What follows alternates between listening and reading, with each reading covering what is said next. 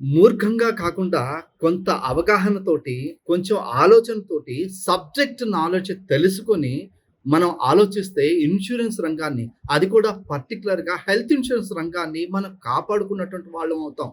ఎంచేత అంటే అడ్వైజర్స్ అనేటువంటి వాళ్ళు 4 కంపెనీలో పనిచేయకుండా, ఒక కంపెనీలో పనిచేస్తూ పూర్తిగా ప్లాన్స్ యొక్క డీటెయిల్స్ పూర్తిగా తెలుసుకొని కస్టమర్స్‌కి సరైనటువంటి అవగాహన అందిస్తే, ఎటువంటి ఇబ్బందులు రాకుండా మనం వాళ్ళకి సక్రమంగా క్లెయిమ్స్ ఇచ్చినటువంటి వాళ్ళమవుతాం. అది తెలుసుకోకుండా ట్రైనింగ్‌కి టైం ఇవ్వరు. ఒకవేళ ట్రైనింగ్‌కొచ్చినా కూడా మొబైల్‌లోనే కాలక్షేపం చేస్తూ ఉంటారు. అండ్ అది కాదు, పూర్తిగా కంపెనీ యొక్క నార్మ్స్, టర్మ్స్ అండ్ కండిషన్స్ తెలుసుకోకుండా పాలిసీ ఇవ్వడము, ఇచ్చిన తర్వాత క్లెయిమ్స్ వస్తే ఇబ్బందులు పడడము. కనీసం మినిమమ్ టైమ్ సెన్స్ అనేది ఇక్కడ టైమ్ సెన్స్‌తో పాటు అవగాహన రాహిత్యం కూడా దానివల్ల వచ్చేటువంటి ఇబ్బందులే కదా! ఈ అవగాహన రాహిత్యం వల్ల జరిగేటువంటి ఇబ్బందులని అటు ఎవరి మీదనో తోసేస్తే న్యాయం ఎలా జరుగుతుందండి? అంటే ఒక కస్టమరు ఏదో ప్రాబ్లమ్ వచ్చి హాస్పిటల్‌లో అడ్మిట్ అయితే అది ఎందుకు అడ్మిట్ అయ్యాడు? అంటే ప్రీ ఎగ్జిస్టింగ్ డిసీజ్ వల్ల అడ్మిట్ అయ్యారా? అంటే రీసెంట్‌గా జరిగినటువంటి ఒక సంఘటన, అంటే ఖమ్మం పట్టణంలో జరిగినటువంటి సంఘటన గురించి మనం తీస్తే, అంటే జర్నలిజం ముసుగులో వాళ్ళు ఒక చిల్లర వేషాలకు పాల్పడి, ఏదో డబ్బు కోసం ఆశపడి, ఎవరి కోసం ఒత్తాసు పలికి, ఒక వైపు నుంచి ఆలోచిస్తే, మరి రెండో వైపు నుంచి ఎవరు ఆలోచిస్తారు? ఎవరు విషయం తెలుసుకుంటారు? ఎవరు విషయం పరిజ్ఞానంతో మాట్లాడతారు? అంటే ఆ కస్టమరు పాలిసీ తీసుకున్నాడు. తీసుకున్న కొద్ది రోజులకే కింద పడ్డాడు. అంటే వాళ్ళ మిసెస్ కింద పడింది. కింద పడిన తర్వాత ఏదో ఫ్రాక్చర్ అయింది. ఫ్రాక్చర్ అయితే హాస్పిటల్‌కెళ్లారు. అక్కడ క్లెయిమ్ జరగలేదు. ఎందుకు జరగలేదు? అంటే ఇమ్మీడియేట్‌గా యాక్సిడెంట్ అయితే క్లెయిమ్ వస్తుంది. ఎటువంటి వెయిటింగ్ పీరియడ్స్ అనేది ఉండదు అన్నటువంటి విషయం వాళ్ళకి తెలుసు. సో, దాన్ని ముందుగానే జరిగినటువంటి ఆ ఇన్సిడెంట్‌కి యాక్సిడెంట్ జరిగింది అని చెప్పి ఒక ఆర్టిఫిషియల్ ఫ్రేమ్, ఒక స్టోరీ ఫ్రేమ్ చేసేసి దానికి క్లెయిమ్ పెట్టాలని చెప్పి ప్రయత్నం చేశారు.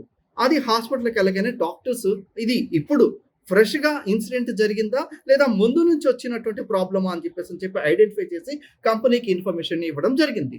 అంటే సైన్స్, డాక్టర్స్ తప్పు చెప్పరు కదా! So, okay. డాక్టర్స్ మనకు ఆ వచ్చినటువంటి రిపోర్ట్ ప్రకారం ఇది ఇప్పుడు ఫ్రెష్ ఇన్సిడెంట్ కాదు. అంతకు ముందే జరిగింది అని చెప్పి క్లియర్ కట్‌గా ఇన్ఫర్మేషన్ ఇవ్వడం జరిగింది. అంటే పాలిసీ తీసుకోక ముందు నుంచే ఇన్సిడెంట్ జరిగింది అని చెప్పేసని ఉంది. అలా ముందు నుంచి జరిగినటువంటి ఇన్సిడెంట్స్‌కి క్లెయిమ్ అనేది ఇవ్వరు.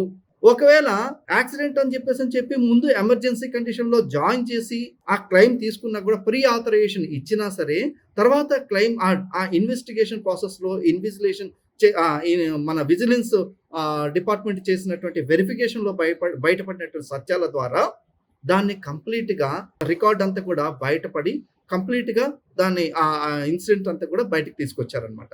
సో, ఇలాంటి సందర్భంలో మనం ఎన్నో రకాలుగా ఎంతోమంది కష్టపడి కట్టినటువంటి ఈ ప్రీమియంని కాపాడాల్సిన బాధ్యత కంపెనీకి ఉంటుంది కదండీ! మరి ఇలా ఒకరో ఇద్దరో కస్టమర్స్ మోసం చేసి క్లెయిమ్ తీసుకోవాల్సినటువంటి వాళ్ళని సపోర్ట్ చేయమంటారా కంపెనీని? అంటే ఇంతమంది జెన్యూన్‌గా కట్టినటువంటి ఆ ప్రీమియమ్స్ అంతా కూడా ఎట్టికి మనం వదిలేద్దామా? అంటే వృధాగా మనం ఖర్చు చేసేద్దామా? చెప్పండి, మీరు ఒకసారి ఆలోచించండి. జెన్యూన్‌గా క్లెయిమ్ వస్తే ఇటు హాస్పిటల్ నుంచైనా, హాస్పిటల్‌లోనే క్యాష్‌లెస్ క్లెయిమ్ జరుగుతుంది. లేదంటే రీయింబర్స్‌మెంట్ జరుగుతుంది. లేదంటే అంబుడ్స్‌మెంట్ ద్వారా జరుగుతుంది. లేదంటే ఇంకా రకరకాలైనటువంటి పద్ధతులు కూడా ఉన్నాయి. ఇది ఎప్పుడు జరిగింది? ఎలా జరిగింది? అన్నటువంటి ఇన్సిడెంట్. ఇదే కాకుండా ఇంకొకటి రీసెంట్‌గా విజయవాడలో ఒక కేస్ అండి. 3 సంవత్సరాలు ఒక కంపెనీలో, వేరే కంపెనీలో ఒక కస్టమరు పాలిసీ తీసుకున్నాడు. అక్కడి నుంచి స్టార్ హెల్త్‌కొచ్చాడు. స్టార్ హెల్త్‌కొచ్చేటప్పుడు చాలా విషయాలు, conditions, rules, regulations, waiting periods ఇవన్నీ కూడా చాలా విషయాలు మాట్లాడాడు. 2 సంవత్సరాలు అంటే దగ్గరగా ఒక సంవత్సరం 8 నెలలు అయింది. 8 నెలలు అయిన తర్వాత ఇప్పుడు క్లెయిమ్ వచ్చింది. దేనికొచ్చింది? ఆయనకి స్పైనల్ కార్డ్ ప్రాబ్లమ్ వచ్చింది. C5, C6 ప్రాబ్లమ్ వచ్చింది. ఆపరేషన్ చేయాలి అన్నారు. మరి అలా ఆపరేషన్ చేయాలి అన్నటువంటి పద్ధతిలో హాస్పిటల్‌కెళ్లారు. రూ. 4,00,000 క్లెయిమ్ బిల్ పెట్టారు. ఈ రూ. 4,00,000 బిల్ అనేది 100% రిజెక్ట్ అయింది. ఎందుకు రిజెక్ట్ అయింది? మరి దగ్గరగా 4 సంవత్సరాలు 8 నెలలు సీనియారిటీ ఉంది కదా! ఎందుకు క్లెయిమ్ రిజెక్ట్ అయింది అనంటే, ఈ పర్టిక్యులర్ తాలూకు యొక్క కస్టమరు ముందు నుంచే సైకియాట్రిక్ పేషెంట్ అన్నమాట. అంటే సైకియాట్రిక్ పేషెంట్ ఉన్నటువంటి వాళ్ళకి హెల్త్ ఇన్స్యూరెన్స్ ఇవ్వకూడదు. అది ఎవరో చెప్పలేదండి. ఆ డాక్టరు ఆ సర్జరీ చేసేటువంటి డాక్టరే వెరిఫై చేసి అక్కడ రిపోర్ట్‌లో రాసారు. సో, సైకియాట్రిక్ పేషెంట్ మనకు హాస్పిటల్‌కి వచ్చాడు. ఆయనకి ఈ ప్రాబ్లమ్స్ ఉన్నాయి. దానికి మనం ఆపరేషన్ చేస్తున్నాం. ఇంత బిల్ అవుతుందని చెప్పారు. మరి సైకియాట్రిక్ పేషెంట్ ఉన్నప్పుడు మీరు ఎలా పాలిసీ ఇచ్చారు అని చెప్పి అడిగితే అంటే అప్పుడు బానే ఉంది. సైకియాట్రిక్ ప్రాబ్లము పాలిసీ తీసుకున్నప్పుడు 2 నెలల్లోనో, 3 నెలల్లోనో, 4 నెలల్లో రాదండి. చిన్నప్పటి నుంచే అతనికి 44 సంవత్సరాల వయసు. అంటే చదువు లేకుండా, మ్యారేజ్ చేసుకోకుండా అండ్ సమాజంలో తిరుగుతున్నటువంటి పరిస్థితులు కూడా అంత తెలివితేటలుగా వ్యవహరిస్తున్నటువంటి తీరు కూడా అంటే ఆ ఊర్లో తిరుగుతున్నప్పుడు జనాలు కూడా చెప్తారు కదా! What is his mental status అని చెప్పేసి తెలుస్తుంది కదా! సో, అలాంటి పరిస్థితి ఉన్నటువంటి పేషెంట్స్‌కి మనం హెల్త్ ఇన్స్యూరెన్స్ ఇవ్వకూడదు. ఈ విషయం దాచిపెట్టి ఆరోగ్యంగా అంతా బానే ఉన్నాడు అని చెప్పి ఇన్స్యూరెన్స్ తీసుకున్న తర్వాత క్లెయిమ్ రాకపోతే మీరు ఎలా క్లెయిమ్ ఇవ్వాలో నేను చూస్తాను. నేను కోర్ట్‌కెళ్తాను. నేను అక్కడికెళ్తాను. మీరు దొంగ కంపెనీ. ఎవరు దొంగ అండి? మాట్లాడే తీరు, మాట్లాడే విధానం ఎవరు దొంగ? ఇక్కడ ఆలోచించండి. ఎవరు దొంగ? ఎవరు కరెక్ట్? అంటే పాలిసీలో ఒక కండిషన్స్ పూర్తిగా ఉన్నాయి. ఏండి ప్రతి విషయం అన్నీ కూడా అంటే ఒక హెల్త్ ఇన్స్యూరెన్స్ తీసుకునేటప్పుడు గవర్నమెంట్ ఐఆర్‌డీఏ ఒక పూర్తిగా 3 కండిషన్స్ ఇచ్చిందండి. 3 కండిషన్స్. ఏ కండిషన్స్ లేవు. డే 1 నుంచి అంటే పాలిసీ తీసుకున్నటువంటి డే 1 నుంచి యాక్సిడెంట్స్ జరిగితే మొత్తం అన్ని రకాల యాక్సిడెంట్స్ కవర్ చేస్తాము. 31వ రోజు నుంచి సహజ సిద్ధంగా వచ్చేటువంటి జబ్బులన్నీ కూడా కవర్ చేస్తాము. అండ్ దీర్ఘకాలికంగా వచ్చేటువంటి 9 రకాల జబ్బులు వాటికి సంబంధించిన ఏదైనా వస్తే మాత్రం క్రానిక్ డిసీజ్ ఏదైనా వస్తే మాత్రం 2 ఇయర్స్ వెయిటింగ్ పీరియడ్. ఇది కాకుండా ముందున్నటువంటి జబ్బు ఏదైనా ఉంటే మాత్రం అది ఖచ్చితంగా కంపెనీకి చెప్పాలి. చెప్పిన తర్వాత దాన్ని ఇంక్లూడ్ చేయాలి.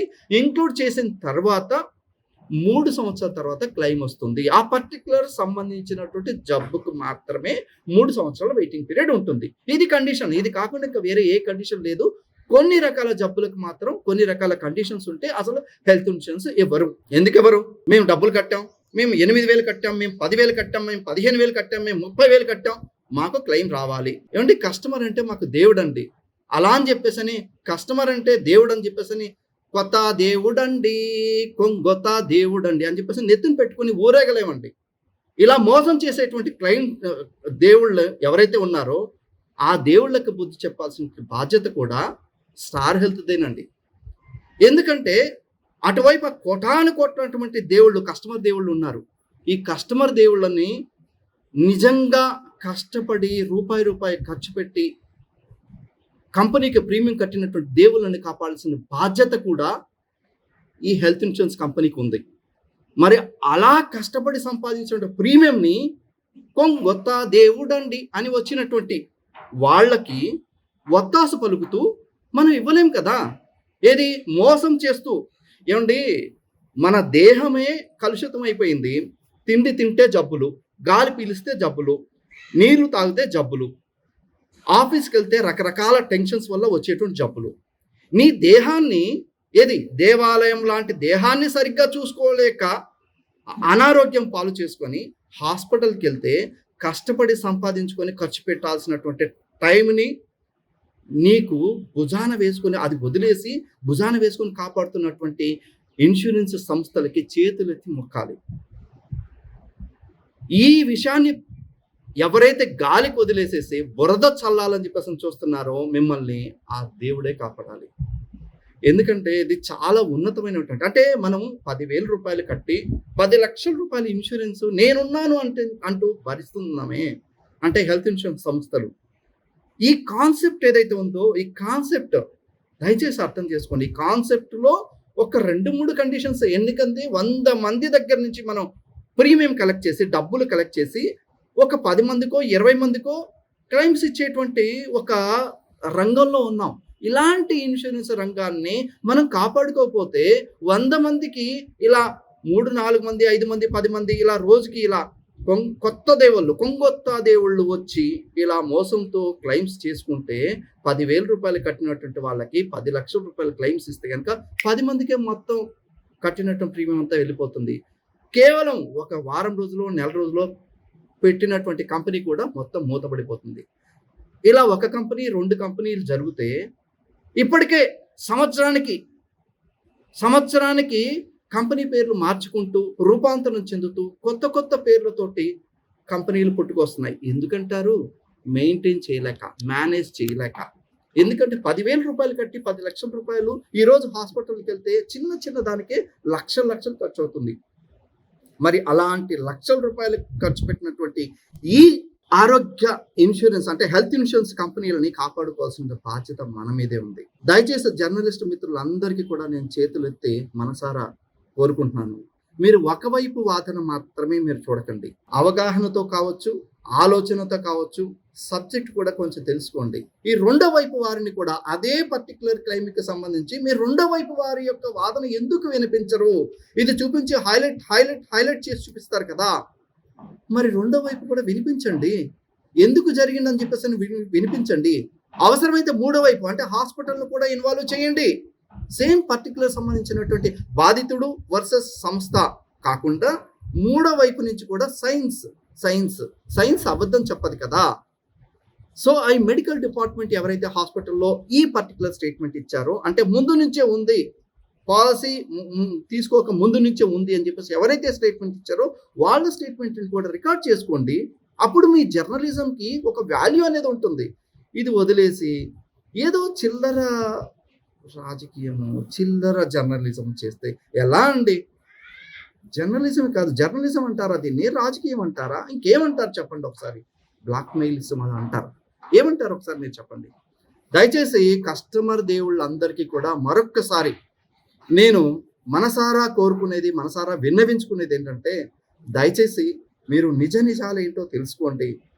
తెలుసుకొని పూర్తి స్థాయిలో ఇన్సూరెన్స్ రంగంలో ఉన్నటువంటి అడ్వైజర్‌ని నమ్మి పూర్తి అవగాహనతోటి మీరు హెల్త్ ఇన్సూరెన్స్ తీసుకోండి. అవగాహన లేకుండా మీరు హెల్త్ ఇన్సూరెన్స్ తీసుకుంటే ఇలాంటి ఇబ్బందులే పడతాయి. పాలిసీ తీసుకున్నటువంటి టైంలో ఏదైనా కాంప్రమైజ్ అయితే ఇలాంటి ఇబ్బందులే వస్తాయి. 2 ఎగ్జాంపుల్ చెప్పాను నేను మీకు. అంటే ఈరోజు హాస్పిటల్‌కి వెళ్తే ఎలాంటి సిట్యుయేషన్స్ ఉన్నాయో కూడా మనమందరం దాని గురించి ప్రత్యేకించి చెప్పుకోవాల్సిన అవసరం లేదు. సో, కాబట్టి పాలిసీలో ఉన్నటువంటి కండిషన్స్, ఇన్సూరెన్స్ రంగం యొక్క రంగంలో ఉన్నటువంటి ఆ సబ్జెక్ట్‌ని తెలుసుకొని మాట్లాడండి. ఇది భారతదేశంలో ఉన్నటువంటి అన్ని ఇన్సూరెన్స్ రంగాలకి వర్తిస్తుంది. At the same time insurance రంగాన్ని మనం కాపాడుకుంటే కొన్ని వేల కుటుంబాలని కాదు, కోట్ల కుటుంబాలకి మనం ఆర్థిక సంరక్షణ ఇచ్చి కాపాడినటువంటి వాళ్ళం అవుతాం. సో, దయచేసి తెలివిగా ఆలోచించండి. Thank you so much for watching my channel.